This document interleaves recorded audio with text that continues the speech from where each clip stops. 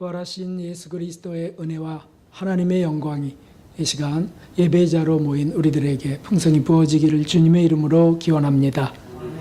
먼저 마음의 심히 답답함, 죄송스러움 먼저 잠깐 고백드리고 말씀 전가하겠습니다. 어떤 분이 교회를 오시고 싶다 해서 전화로 알려드렸는데 그만 그 5번 노선이 두 가지가 있지 않습니까? 당정역에서 오는 것과 3번에서 오는 것. 제가 버스를 자주 안 타니까 헷갈려갖고 그만 잘못 알려드렸어요. 그래서 얼마나 마음이 힘드셨을까. 저의 죄지요, 저의 불찰이죠. 그래서 기도하고 하나님 발걸음을 바르게 인도해달라고, 속히 인도해달라고 기도했습니다. 죄송합니다. 우리 여러분들에게 하나님의 은혜와 사랑이 이 시간 풍성하기를 축복하겠습니다. 하나님의 은혜와 사랑이 풍성하기를 축복합니다.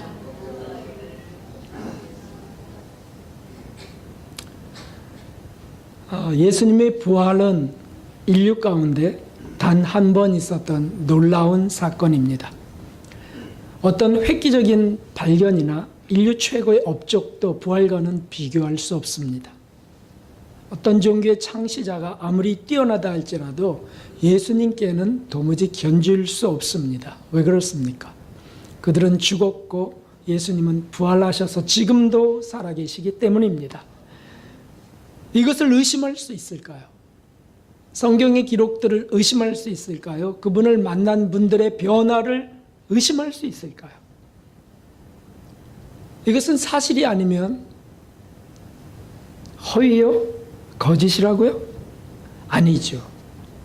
오늘 이 부활절에 우리는 이 놀랍고도 경이로운 부활을 성경을 통해서 다시 한번 확인하려고 합니다. 그리고는 부활하신 예수님이 도대체 누구신지, 왜 그분을 찬양해야 되는지, 부활하신 예수님의 의미가 무엇인지를 우리가 찾아보면서 은혜 나누며 그동안의 사순절 동안에 혹이나 애쓰셨던 것, 실패하셨던 것, 넘어지셨던 것으로부터 벗어나시고 참 소망으로 다시 활활 사랑으로 불타는 저와 여러분 되기를 원합니다. 첫 번째 부활의 의미는 승리입니다. 승리. 예수님은 승리자세요. 에덴 동산에서 사람을 타락시킨 마귀가 죄악이 온 세상에 가득 차도록 유혹하고 위협했습니다. 두려움과 공포심을 주면서 또는 달콤한 쾌락으로 미혹하면서 사람들의 심령과 삶을 차지해 갔죠.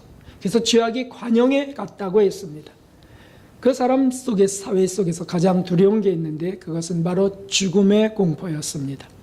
그래서 사람들이 그 죽음 때문에 불의와 타협하게 됩니다. 그 죽음 때문에 마귀의 종노릇하는 존재로 타락하는 거죠.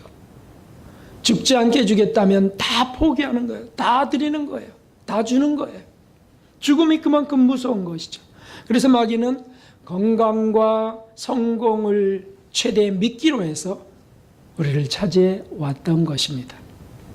그래서 어떤 분들은 그러죠. 뭐니 해도 머니가 중요해. 그렇지 않고 뭐니 해도 건강보다 더 소중한 거 없어. 이런 말을 합니다. 그런가요? 그러므로 건강이 우상이 되고요. 건강하지 못하면 실패자라고 생각합니다. 누가 하는 것이라고요? 마귀가 일으키는 생각들입니다. 인류는 그러므로 이것을 추구하려고 합니다. 건강을 추구하고 성공을 추구하고 그래서 최선을 다해 노력합니다. 마귀가 장악한 세상에서 그러므로 마귀의 종노릇하는 원인이 될 수밖에 없는 거죠. 전쟁이 왜 일어난다고요? 바로 그것 때문이죠. 압제, 살인이나 폭행, 성범죄들이 끊이지 않고 이제는 동성애나 짐승과의 교합들도 버젓이 법적인 보호를 받아야 된다고 주장하고 있습니다. 다 개성인데 특성인데 어쩌란 말이냐고. 그런데 예수님은 이 모든 죄악과 두려움, 공포들을 짓밟아 버리시면서 승리하신 것입니다. 할렐루야. 예수님의 부활은 바로 그것을 증명하는 것이에요. 마귀를 이기고 세상을 이기고 그러한 고통과 역경들을 이기면서 부활하셔서 심지어 죽음조차도 이기셔 승리하신 예수님이시라는 거죠. 그것이 무엇을 의미한다고요? 그러므로 우리가 두려울 것이 없다는 뜻입니다. 예수님이 모든 악과 불의, 모든 두려움과 타락, 죽음과 마귀를 이기고 부활하신 승리자이기 때문에 우리의 소망이 되고 우리를 독려하시는 주님이 되시는 것이죠. 그분이 요한계시록에 이렇게 기록하라고 말씀하셨습니다. 함께 하겠습니다. 이기는 그에게는 내가 내 보좌에 함께 앉게 하여 주기를 내가 이기고 아버지 보좌에 함께 앉은 것과 같이 하리라. 아멘. 우리 주님이 싸워 이겼으니 우리도 싸워 이기라고 하십니다. 두려워하지 말라는 거예요. 죽음도, 병도, 암도 두려워하지 말라는 거예요. 그리고는 우리 힘만으로 이기라고 말씀하시지 않으셨어요. 사실 마귀를 우리가 이길 수 있나요? 영적 존재를 불가능하죠. 그러나 예수님이 내가 이기고 보좌에 앉은 것처럼 그렇게 말씀하셨어요. 무슨 뜻입니까? 너희는 나를 따라오라. 대장 예수님이라고 우리가 찬송하는 이유가 거기에 있지 않습니까? 우리 대장 예수님. 승리하신 예수님이 대장인데 우리가 무엇이 두렵겠습니까? 성경 율법의 석학이요. 그리고 바리새인 중에 바리새인인 사도 바울은 그러므로 부활하신 예수님을 만난 이후에 그가 변화되면서 자신에게 있었던 체면이나 자존심, 명예나 이런 것들을 다 포기할 수 있었던 그 놀라운 힘이 이 부활에 있었던 거죠. 그래서 사도 바울은 고린도전서 15장에 이렇게 고백합니다. 사망아 너의 이기는 것이 어디 있느냐? 사망아 너의 쏘는 것이 어디 있느냐? 여기 사망 속에는 우리들의 질병과 고통, 실패 모든 것들이 들어있습니다. 사망아 너의 이기는 것이 어디 있느냐? 네가 왜 나를 두렵게 하느냐? 왜 나를 우울하게 하느냐? 너가 날 쏠려고 하느냐? 무엇이냐? 나는 부활하신 예수님, 대장 예수님을 믿는 자다라고 하는 고백이죠. 고린도전서 15장 57절에는 뒤이어서 이렇게 말씀하셨습니다. 한번 함께 하겠습니다.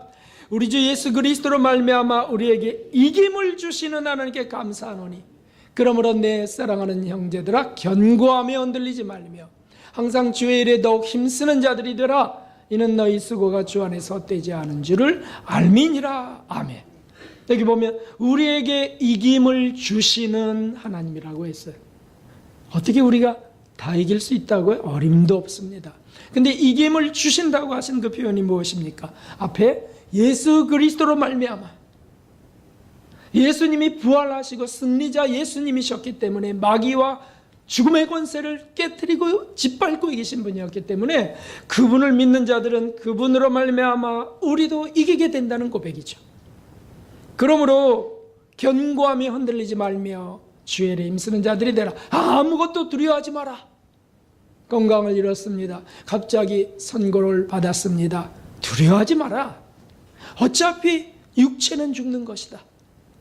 그리고는 새로운 삶이 펼쳐지는데 그것도 그냥 영적 존재만이 아니고 살을 가진 뼈를 가진 부활체라고 하는 사실이죠. 이것이 없으면 어떻게 우리가 장례식에서 소망을 갖겠습니까?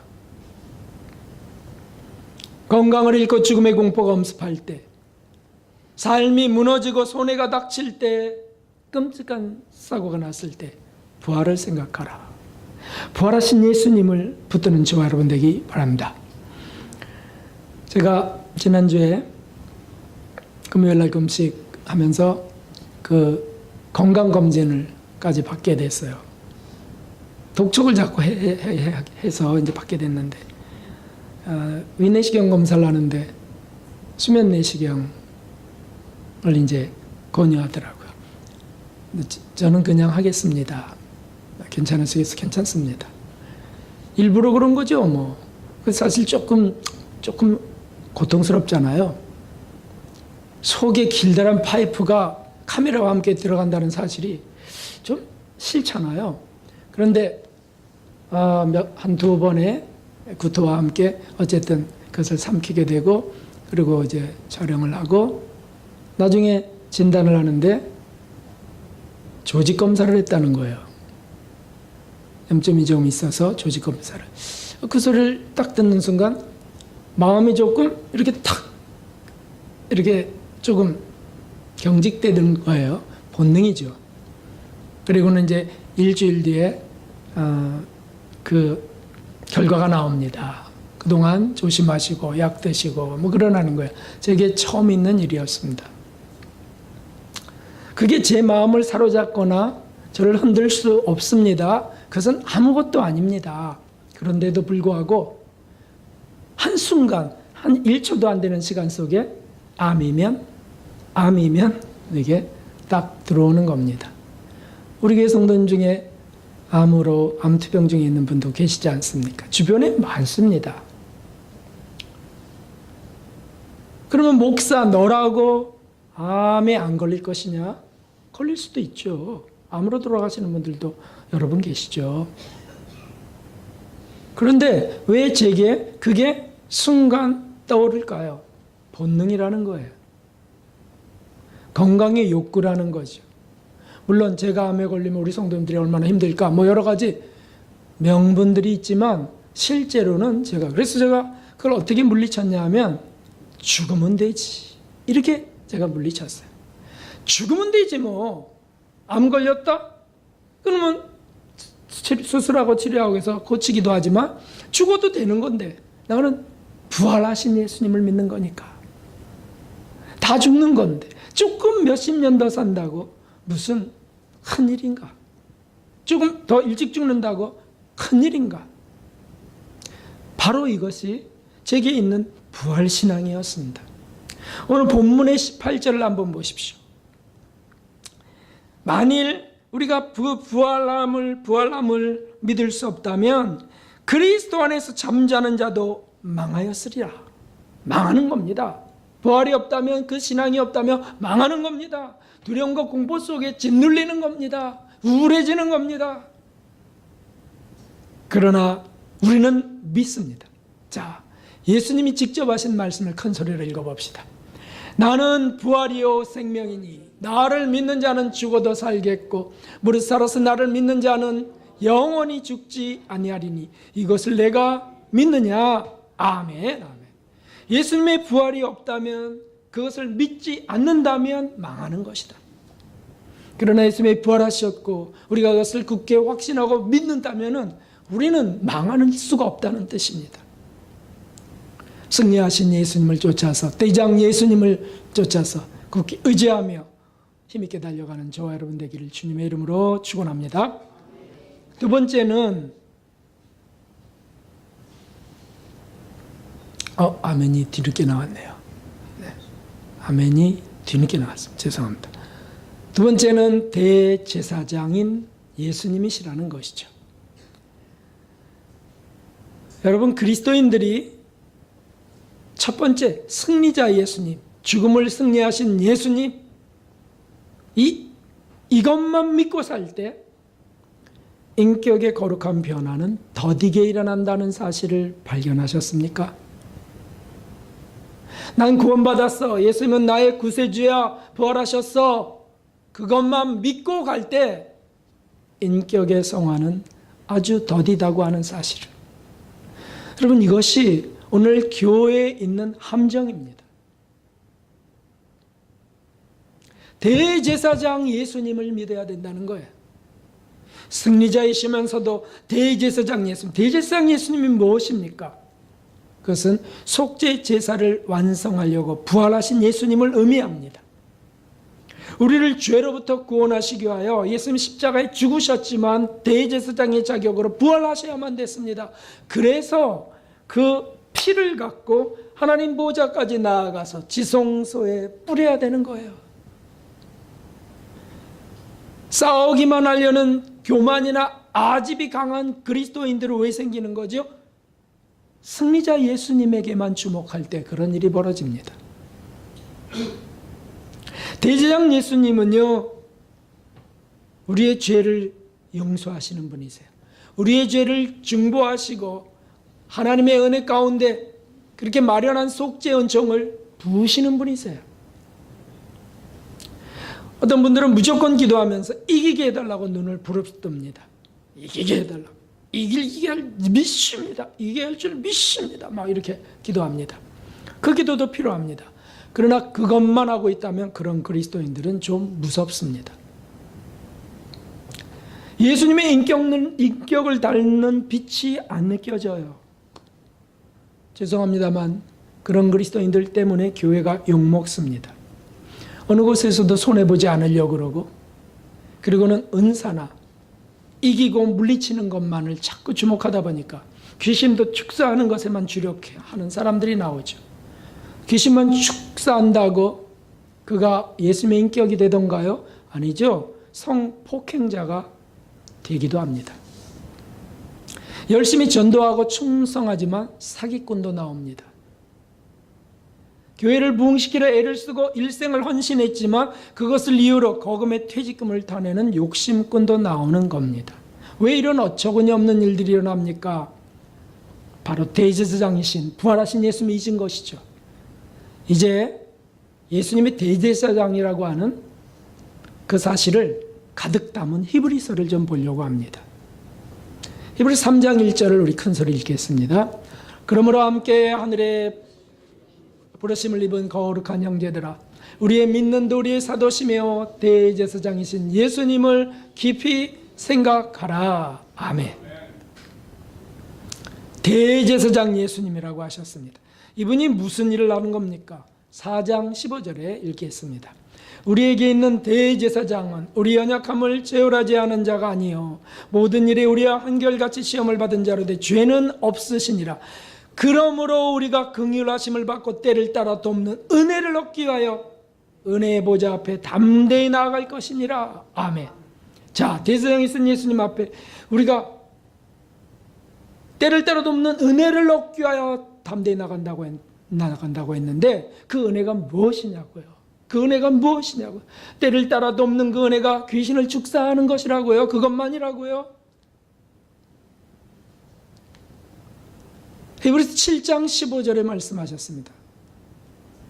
25절에 읽겠습니다. 시작. 그러므로 자기를 힘입어 하나님께 나아가는 자들을 온전히 구원하실 수 있으니 이는 그가 항상 살아서 저희를 위하여 간구하심이니라. 아멘. 여기에 결론이 있습니다.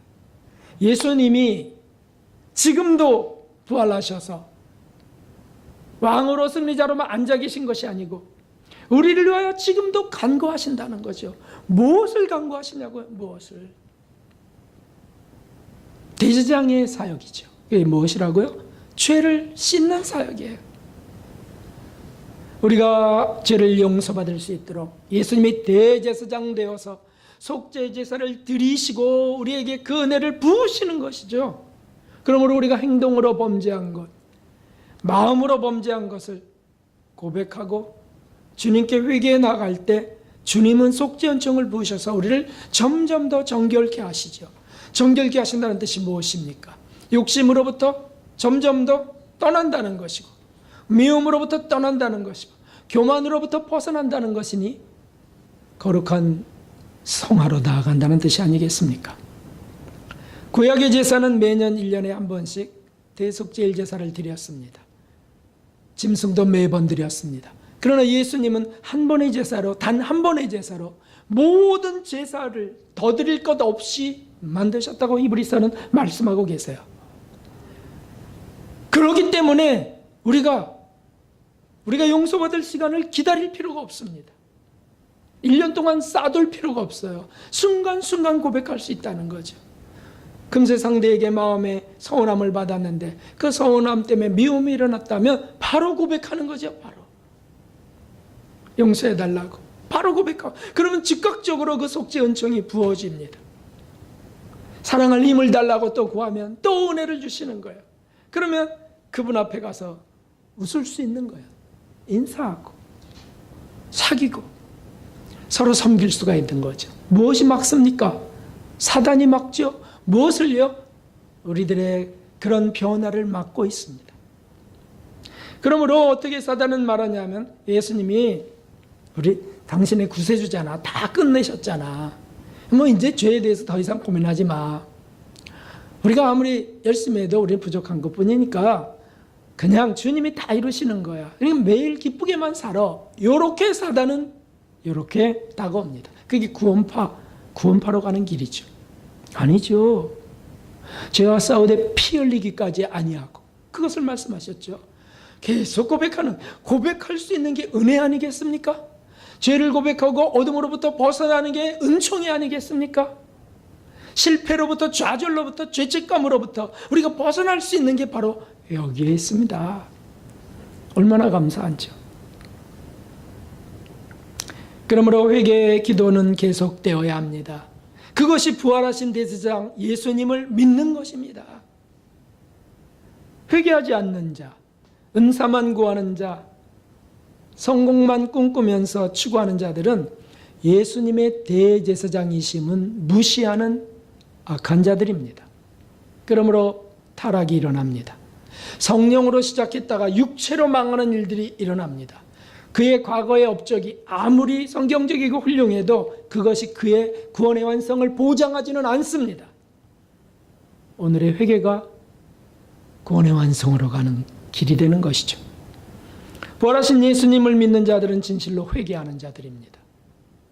지극히 작은 죄라도, 남을 아프게 한 죄, 남의 마음을 쓰라리게 한 죄, 무례히 행한 죄, 미움이나 시기한 죄.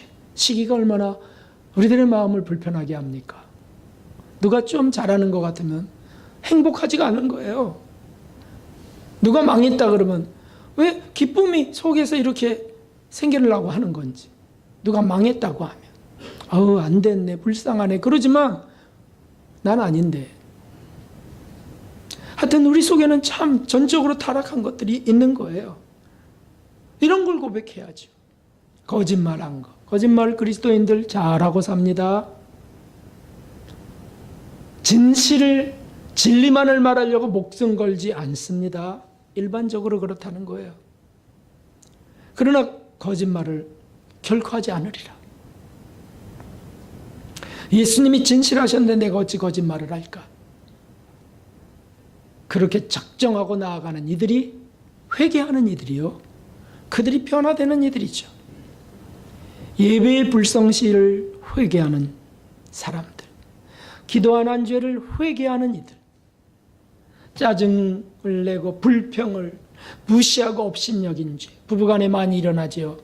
그런 것들을 회개하는 사람들, 음란과 불륜을 철저히 회개하는 사람들, 은밀히 혼자만 지은 죄를 회개하는 사람들, 이 사람들이 대제사장 예수님을 믿는 사람들입니다. 저와 여러분이 되어야 될 줄로 믿습니다. 우리 앞에는, 우리 예수님 앞에는 우리가 숨기는 단 하나의 죄도 없기를 진실로 원합니다. 사람들에게 고백하고 막 그러게 너무 부끄러운 죄가 있어도 우리 예수님 앞에는 다 고백하면서 말이죠. 이런 것들을 회개하는 사람들, 이길 수 없는 마귀와 죄들을 이기게 해달라고 간구하는 이들, 이들이 바로 진짜 예수님의 부활을 믿는 사람들입니다. 예수님은 그들에게 힘과 용기를 부어주십니다. 이제 히브리서의 마지막 구절을 보겠습니다. 함께 크게 읽겠습니다. 모든 무거운 것과 얽매이기 쉬운 죄를 벗어버리고 인내로서 우리 앞에 당한 경주를 경주하며 믿음의 주여 또 온전케 하시는 이인 예수님을 바라보자. 저는 그 앞에 있는 즐거움을 위하여 십자가를 참으사 부끄러움을 개의치 아니하시더니 하나님 보좌 우편에 앉으셨느니라. 아멘. 아멘.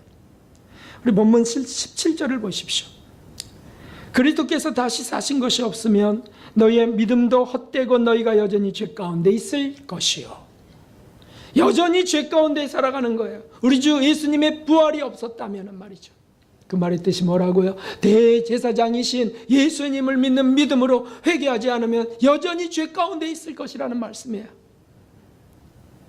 내가 무슨 직분을 받았다고, 목사라는 직분을 받았다고 전 안전한 것일까요? 천만에 더 위험합니다. 마귀가 더 공격 목표를 삼으니까요. 교회에서 직분을 받으셨죠. 신앙생활을 수십 년씩 했죠. 이제 그 정도면 됐습니까? 아니요, 더 위험합니다. 마귀가 집중적으로 공격하는 사람들이 되니까요. 들으셨죠? 사단교회 그 교인들, 사단교회 목사들, 주력 삼고 기도하는 내용이 뭔지 아신다고 여러분 들으셨죠? 그게 뭡니까? 목사 하나 음란으로 무너지는 게 그들의 기도 제목이에요. 장로 하나 돈으로 무너지는 게 그들의 기도 제목이에요. 왜요? 교인들 몇 명 무너지는 거는 그냥 문제가 되지 않는다고 생각이죠. 큰 게 무너져야 된다는 거예요. 거목들이 무너져야 된다는 거예요. 그러므로 거목들이 무너지고 있는 시대입니다. 대제사장이신 예수님을 놓친 까닭입니다. 예수님이 대제사장으로 부활하셨기에 우리의 죄를 용서받을 수 있다는 사실을 믿으시면서 정결해지길 위하여 더 회개에 가는 저와 여러분 되시기를 주님의 이름으로 축원합니다. 마지막으로는 예수님의 부활은 사랑의 증거입니다. 부활하신 예수님은 사랑의 위로자십니다. 예수님이 승천하시기 전에 부활한 시간 동안 세상에서 하신 일이 바로 이것이었습니다. 무엇하러 예수님이 10일 동안이나 죄송해요. 40일 동안이나 이 땅에 이 땅에 아직 안 올라가시고 계실 이유가 있었겠습니까?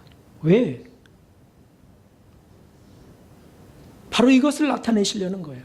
너무 절망하고 너무 현실적이고 그리고 비관하고 죄책감 속에 자살이나 생각하는 이들을 찾아다니신 거예요. 사랑하는 주님은 그 주님을 잃은 절망 속에 있던 막달라 마리에게 먼저 나타나셨습니다. 그 여인이 어머니 마리아와 함께 예수님을 가장 사랑했던 사람이었기 때문이죠. 왜냐하면 가장 큰 죄를 용서받은 사람이에요. 죄가 많은 곳에 은혜가 많고요. 많은 은혜를 받은 그가 주님을 더 사랑하는 것이죠. 나타나셔서 예수님이 부활하셨음을 알려주십니다. 그리고 믿음이 흔들린 도마에게는 어떻습니까? 그렇죠. 신앙생활 하다가 우리 믿음이 흔들릴 때 많습니다. 만일 천국이 없다면, 이런 사람들도 있더라고요. 만일 천국이 없다면. 그럼 너무 손해보고 산다는 거예요. 그리스도인들이. 그럼 마귀가 집어넣는 생각이죠. 내가 정신병자가 됐나? 왜 이렇지? 아니, 정상이에요. 다만 습격당했을 뿐이죠. 그런데 그런 의심 속에 찾아오신 예수님을 보셔야 된다는 뜻입니다. 부활하신 예수님은 그렇게 찾아다니신 거예요. 그래서 만져보라는 거죠. 더러운 손을 넣어보라는 거예요. 의심스러운 사람의 손을 넣어보라는 거예요. 믿음이 흔들리는 도마에게 3번이나 배반으로 좌절 속에 비관하며 죽을 자리나 찾고 있었던 베드로에게 찾아오세요. 왜요? 그를 위로하시려고. 포기해버린 그의 생애를 다시 세우시려고. 낙심하면서 소망을 잃고 엠마오로 가는 그 허탈한 두 제자에게도 나타나셨죠? 왜요? 새로운 길을 여시려고. 그래서 가던 길을 안 가고 돌아왔어요. 제자들에게. 살인죄에 가담한 사울 청년에게도 주님 나타나셨습니다. 왜 그렇게 분주하셨다고요? 그 첫 번째 승리자인 이유, 대제사장인 이유만이 아니라는 것이죠. 주님은 밝고 따뜻한 빛이십니다. 그냥 하나님의 뜻을 쫓는 의무고 책임이니까 난 죽었어. 그리고 용서하기 위해서 부활했어. 끝. 이렇게 안 하셨다는 거예요. 인격이시라는 거죠. 섬김과 사랑의 인격이시라는 거예요. 그것만이 주님의 본질을 더 정확하게 나타내십니다. 사랑으로 가르치셨어요. 사랑으로 치료하셨어요. 사랑으로 발을 닦으셨습니다. 가룟유다의 발까지. 그리고 용서하시고 한 병강도도 자기를 창으로 찌르고 죽이고 침뱉고 가시관을 씌운 이들까지 용서하시면서 죽으셨어요. 그게 복사되는 사랑의 현장이었어요. 그것을 보고 백부장은 저는 진정 하나님의 아들이셨도다라고 고백하지 않았습니까? 그분의 고백이 무엇이냐고요? 이런 주님의 이 모든 것이 무엇입니까? 그렇지요.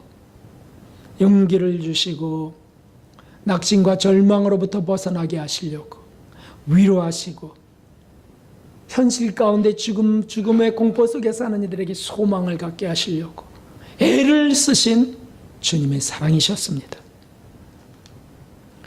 현실감 있게 성경 그 도마의 사건을 우리 읽어보겠습니다. 도마에게 이르시되 너의 손가락을 이리 내밀어 내 손을 보고 너의 손을 내밀어 내 옆구리에 넣어보라. 그리하고 믿음 없는 자가 되지 말고 믿는 자가 되라. 주님을 만지지 못하면 우리 믿음은 사라져버리기 쉽습니다. 주님의 그 고통 그리고 부활하신 주님의 상처, 유일한 부활체로서 유일하신 분, 거기에 손 넣어보지 않는다면 그 사랑을 알 수 없어. 그럼 우리가 그렇게 기도해야 돼요. 예수님, 그 사랑을 알게 해달라고, 그 상처에 입맞추게 해달라고. 사도 베드로에게 나타나셨던 예수님을 우리 또 읽어봅시다. 저희가 조밥 먹은 후에 예수님께서 시몬 베드로에게 이르시되 요한의 아들 시몬아 내가 이 사람들보다 나를 더 사랑하느냐 하시니 가로되 주여 그러하이다. 내가 주를 사랑하는 줄 주께서 아시나이다. 가로되 내 어린 양을 먹이라 하시고. 아멘. 여기 조반 먹은 후에 예수님이 제자들이 식사 끝날 때까지 기다리셨다는 거예요. 갈릴리 호숫가에서. 부활하신 예수님이 그냥 기다리세요. 제자들이 목에 넘어가겠어요? 그렇지만 기다리세요. 밤새도록 춥고 떨었던 그들을 위하여 먹으라 하시는 거예요. 가만히 정말 평화의 사도, 평화의 예수님이 오셔서 정말 먹이세요. 여태까지 해왔던 일이에요. 그리고는 이제 다 먹은 뒤에 베드로를 가만히 불러서 요한의 아들 시몬아 내가 이 사람들보다 나를 더 사랑하느냐. 제자들도 충격이었어요. 3번 배반한 베드로를 사랑하냐고 물어요. 요한이 어쩌면 시험에 들 수 있는 시간일지 모르겠어요. 너 사랑하는 자 저 아닙니까? 저 아니요. 주님이 그렇게 하시는 이유가 있어요. 그때 가장 절망적이었던 사람은 베드로니까. 어떻게 주님을 보겠어요? 저는 주님 볼 자격이 없어요. 자격이 없어요. 자격이 없어요. 여러분, 저와 여러분도 그러지 않습니까? 자격이 없어요. 저는요, 자격이 없어요. 그게 오만함인 줄은 알지 못하는 거예요. 그게 위선인 줄을 알지 못하는 거죠. 주님은 그런 자격을 묻는 게 아니에요. 사랑하냐고 물으시는 거죠. 네가 나를 사랑하느냐? 저는요 죄인이에요. 저는 배교자예요. 그런 거 저한테 물으실 필요가 없잖아요. 아니, 저 사람들보다 나를 더 사랑하느냐?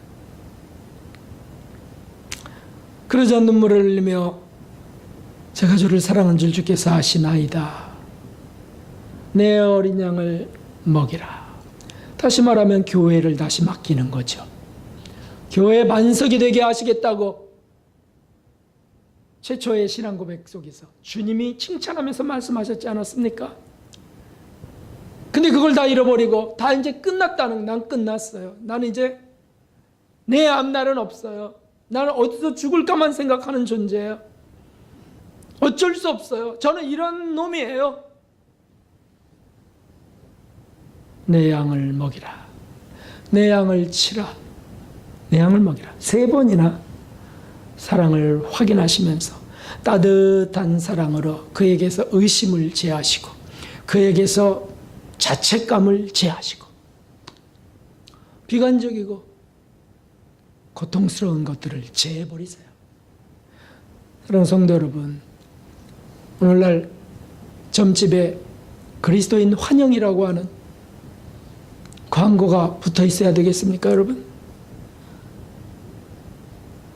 몰래 왜냐하면 자기는 창피스럽고 복은 받아야 되겠고, 그러니까 점집에 찾아가는 그리스도인 환영, 기독교인 대환영 이렇게 써요. 그냥 기가 막히죠. 나 상담이나 받아봐야 될까 봐요. 나 정신적인 문제가 심각한가 봐요.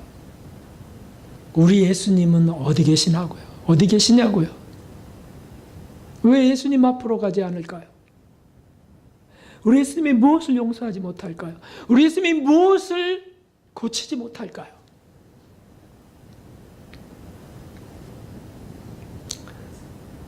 문제는 주님의 그 놀라운 사랑을 우리가 망각했기 때문입니다. 주님의 그 놀라운 그 크신 자비와 긍휼과 사랑을 우리가 우리의 체면으로, 우리의 교만으로, 또는 나의 그 끔찍한 죄로 인하여 잊어버린 거예요. 마귀가 있게 한 것이고요.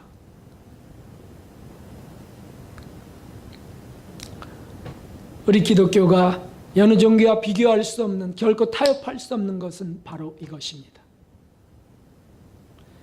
예수님이 승리하신 예수님이시고, 예수님이 대제사장으로 우리의 죄를 속하시는 예수님이시고, 예수님이 사랑과 위로자의 예수님이시라는 사실을 우리는 꼭 붙들어야 되겠습니다.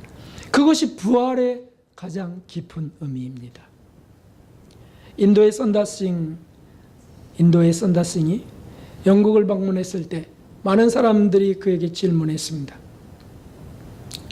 특별히 어느 대학 교수가 이렇게 물었습니다. 당신이 오랫동안 가졌던 전통 그 시크교, 그것을 버리고 기독교인이 됐던 게 이유가 무엇입니까? 왜 기독교를 믿습니까? 힌두교와 기독교, 시크와 기독교의 차이가 무엇이길래 그렇게 바꾸셨습니까? 그때 썬다싱은 분명하고도 간결하게 대답했습니다. 예수님은 부활하셨고 지금도 살아계시기 때문입니다. 한 줄로 표현했습니다. 힌두교나 시크교다, 불교나 유교나 다 창시자들이 죽어갔지만 예수님은 부활하셨다. 인류 가운데 부활하신 유일하신 분이시다. 지금도 살아계시다고. 살아계신 예수를 내가 지금도 만나고 있다고. 이것이 시원한 답변이 되었습니다. 그렇습니다, 여러분. 세계 종교는 무덤이나 장식하기에 바쁘지만 우리 기독교는 예수님, 살아계신 부활하신 예수님을 자랑하기에 바빠야 될 줄 믿습니다. 예수님의 죽으심과 부활이 없다면 기독교도 복음도 구원도 다 헛된 거짓일 뿐입니다. 19절을 읽으면서 마치겠습니다. 함께 큰 소리 읽겠습니다. 만일 그리스도 안에서 우리의 바라는 것이 다만 금생뿐이면 모든 사람 가운데 우리가 더욱 불쌍한 자니라. 아멘. 이 놀라운 은혜 주신 우리 예수님, 부활하신 예수님을 굳게 붙들고 산 소망과 힘의 능력의 삶을 살아가시는 저로부터 벗어나시고 또 벗어나시는 저 여러분 되시기를 주님의 이름으로 축원합니다. 159장 찬송 드리고 우리 성찬 준비